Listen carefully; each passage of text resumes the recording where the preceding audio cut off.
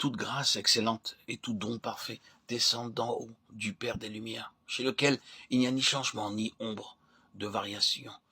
Il nous a engendrés selon sa volonté, par la parole de vérité, afin que nous soyons en quelque sorte les prémices de ses créatures. Jacques 1, 17, 21.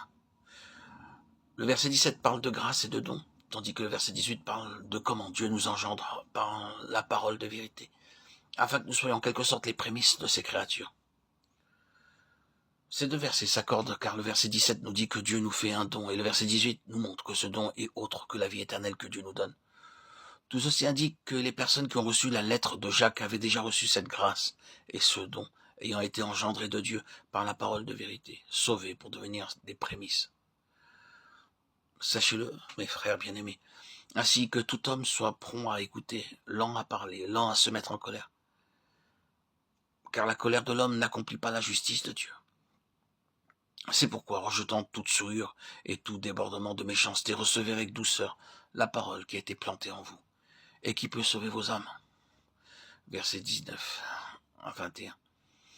En les appelant frères bien-aimés, Jacques notifie que ce sont des individus sauvés. Ce qu'il tente de leur faire bien comprendre est ceci. Vous êtes déjà nés de nouveau et vous le savez.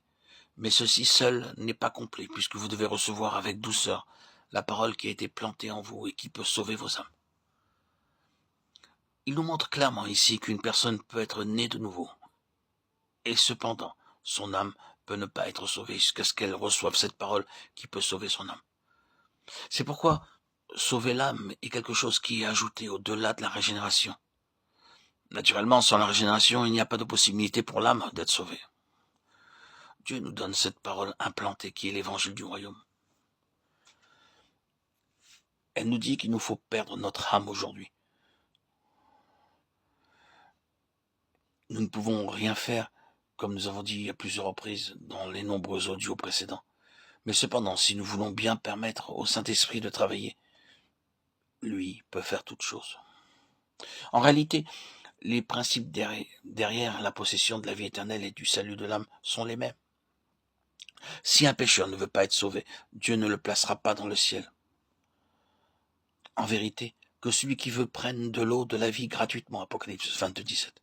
Mais celui qui refuse de venir au Seigneur n'a aucun moyen d'être sauvé. De même, si nous ne sommes pas décidés à perdre notre âme, le Seigneur ne sera pas disposé à nous placer dans le royaume. À moins que nous ne demandions au Seigneur de nous donner le désir de perdre notre âme. Même lui ne peut rien faire pour nous.